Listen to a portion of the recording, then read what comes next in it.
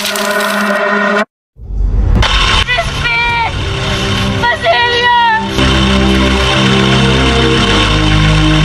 mo i-insultay ng aking ama. Kaakibat ng pangarap ay paghinagpis, liwanag at dilim. Sa panahon ng kadiliman ay marami ang tahimik na naghihirap. Ngunit darating ang araw, matatapos din ang lahat ng ito. Ang takot, pangapi, kabiguan. Kaya kayong mga kalaban at mga dayuhan, huwag niyo akong salingin.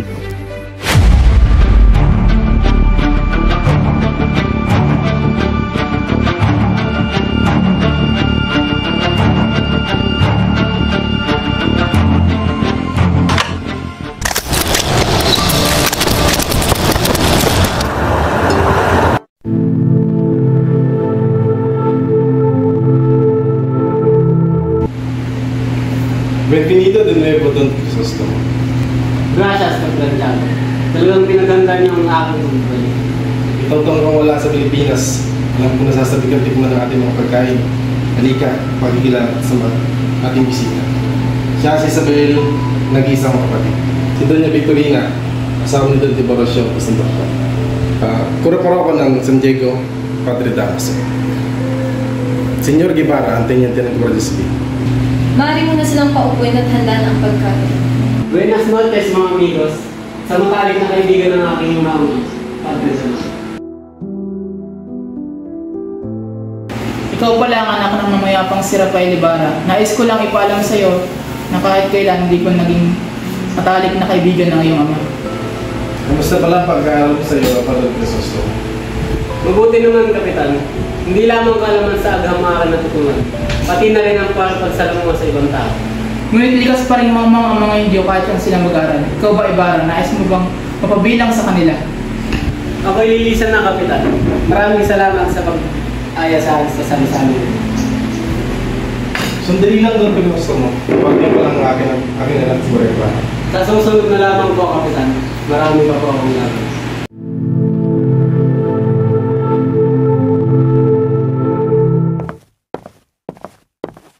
Don Ibarra, Konteniente.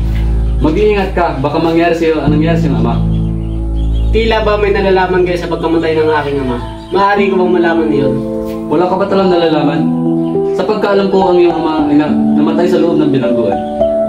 Sa bilangguan, nakakulong ang aking ama? Hindi kaya kayo nagkakamali lamang?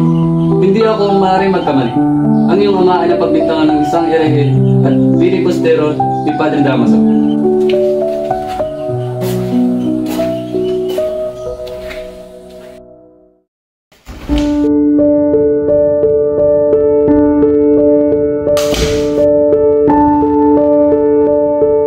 Magandang umaga, Doña Isabel. Magandang umaga, Don Crisostomo Ibarra. Bakit ka naparito sa aming tahanan? Nais ko lamang pong dalaan si Maria Clara. Narito po ba siya?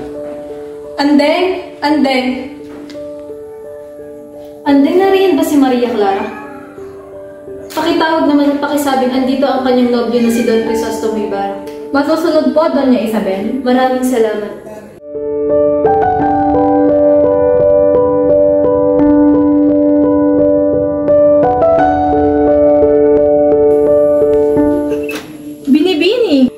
Binibining Maria Clara, nandito ang iyong nobyo si Don Crisostomo Ibarra. Si Ibarra? Akala ko'y nakalimutan mo na ako. Marami pa namang babae sa Europa. Kailan ba hindi kita ipagpapalit sa iba?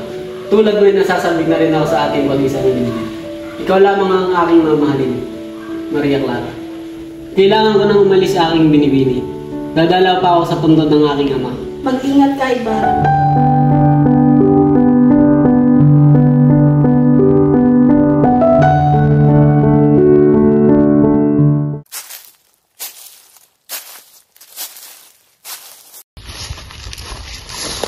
Magandang umaga, Ginoo.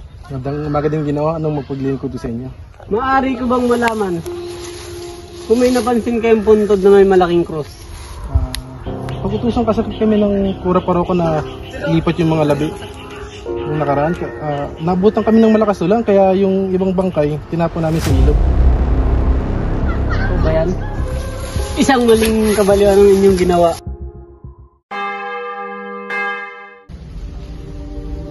Mahal na pura, tanggapin niyo po ang aming munting alay para sa ating simbahan.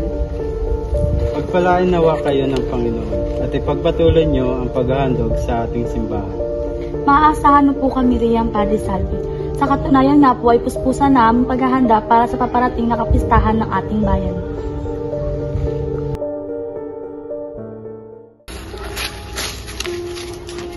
Padre Salvi, anong ginawa niyo sa labi ng aking ama? Wala akong ginagawang masama. Anong wala?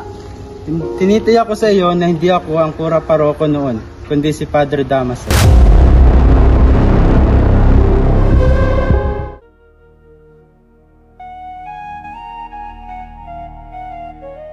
Inay! Inay! Nay! Basilio, nasaan ang iyong kapatid? Nasaan si Crispin? Naiwan po sa kumbento na pagbintangan nagnakaw. Ano?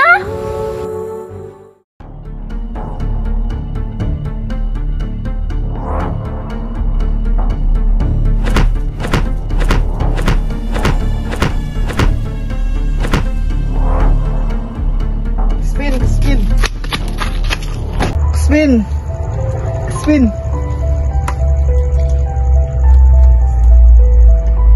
Crispin, gumising ka! Anong nangyari sa'yo? Crispin!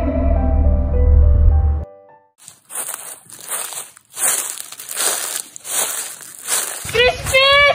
Basilio! Crispin! Basilio! Nasaan yung mga anak ko? Crispin! Basilio! Ang mga anak ko! Crispin! Basilio! Nasaan na kayo? Kamusta na kaya ang labi ng iyong ama Ibarra? Saan dagat na kaya ito napagpad? Huwag mong iinsultay ng aking ama. Tama na yan, Ibarra. Alang-alang sa akin, huwag mo siyang pagbubuhatan ng kamay. Paumanhin, Maria Clara.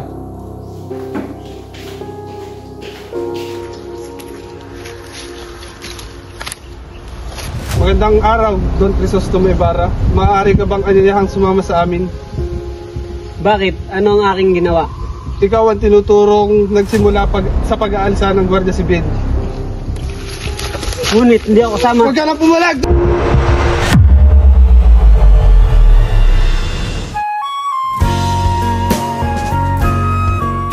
Alam niyo ba na si Maria Clara ang pinakamagandang babae at nagtataglay ng kabaitan dito sa bayan ng San Diego? Ganyan nga ang binibini ang nais ko. Kapitan Tiago, siya nga pala si Don Alfonso Linares de Espadaña, kamag-anak ng aking asawa at inaanak ni Padre Damaso. Ang magandang araw, Kapitan Tiago, at sa'yo ring binibini. Gustong hingi ni Alfonso ang kamay ni Maria Clara. Ayos lang ba ito sa iyo, Kapitan Tiago?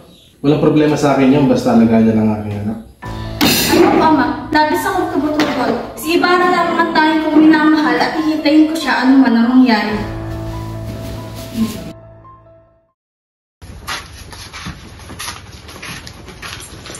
Uy, ang papangit naman ng mga dumadaan dito.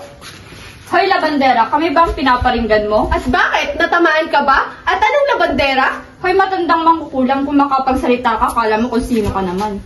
Tara na, Victorine, wala tayong mapapaladigan. Hoy, ang kapal na mukha mo, peking pilay na manggagamot.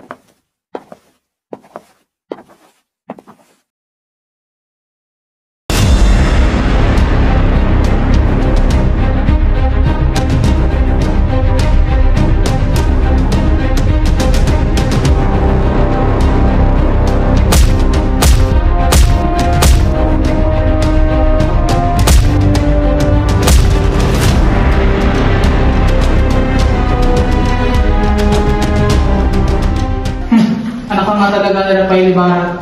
Parehas kayo mapagmataas. Kaya parehas kayo lang sinapit. Hindi na ako makahintay na makita ang iyong bangkay na lumulutang sa tabi ng dagat. Katulad ng iyong ama. Huwag na akong hamakin ng aking ama. Dahil kung titimbangin, kayo mga praile, ay mas masahal pa sa mga diablo.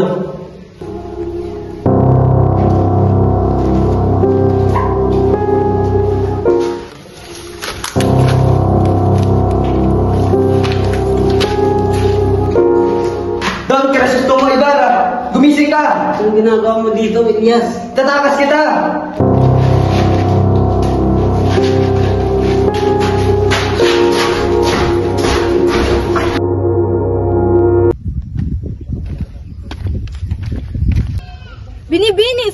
Ibarra! Ibarra, paano ka nakatakas? Tinulungan ako ni Elias makatakas sa mga gwardiya sibil. Kamusta ka, aking mahal? Ayokong ikasal kay Alfonso ngunit mapilit si ama. Ikaw lamang ang tangi kong mahal, Crisostomo, hihintayin kita. Hindi ako papayag na ikasal ka sa iba. Tatapusin ko lamang tong kaguluhan na to. Babalikan kita. Ibarra, may mga guardian sibil. Paalam, mahal ko.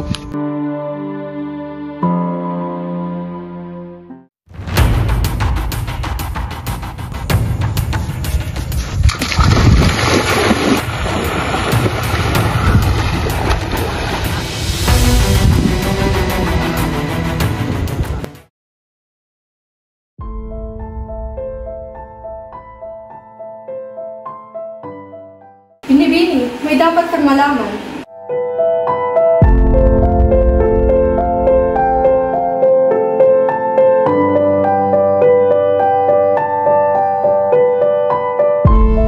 Nais kong hilingin na sirain ang pangako sa akin na pagpapakasal. Ngunit bakit? Patay na ang nais pakasalan ng puso ko. Wala na akong ibang pakakasalan kung hindi siya lamang. Mas mabuti pang sumunod na lamang ko sa kanya kung ipipilit niyo pa rin akong ipakasal sa iba. O hindi kaya naman ay papasok na lamang ko sa kumbento. Paumanhin aking anak. Hindi ko kaya magkahiwalay tayo. Ang gusto ko lang ay makabuti para sa'yo. Mas pipiliin ko pang magsilbi ka sa kumbento.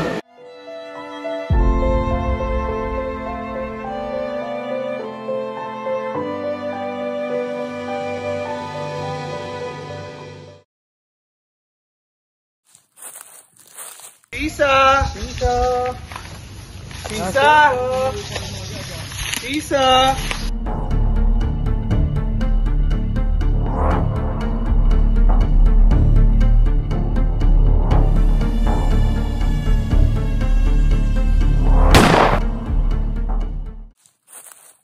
Inay!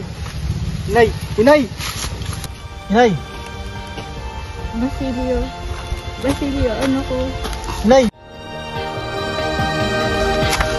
Sino ang tawag yan? Ito ang aking ina. Di na rin na magtatagal, babagan nila akong buhay. Kumarap ka ng kahoy, sunugin mo sa aming dalawa. At kuhain mo yung mga gitong pinag ko at gamitin mo sa iyong pag-aaral.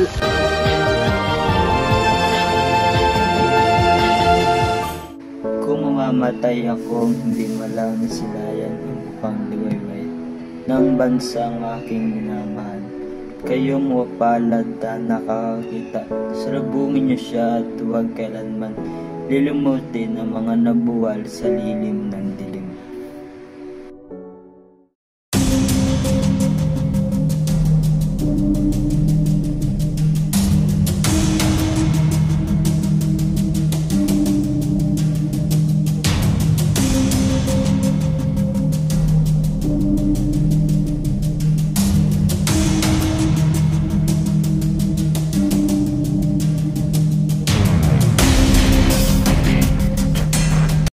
Nay! Basilio! Nasaan si Crispin? Nasaan ang yun? Tanga naman. One action! Ngunit! Hindi ko kaya magkahiwalay tayo. Huwag ito. Paumanhin ang aking... Go. Paumanhin aking anak, hindi ko kaya magkahiwalay tayo. Ang nais ko lang ay makabuti pa. Go. Paumanhin aking anak, hindi ko kaya magkahiwalay tayo. Ang nais ko lang ay makabuti para sa'yo. Go. Paumanhin aking anak, mas pipiliin ko pang... Go. Paumanhin aking anak. Ulit.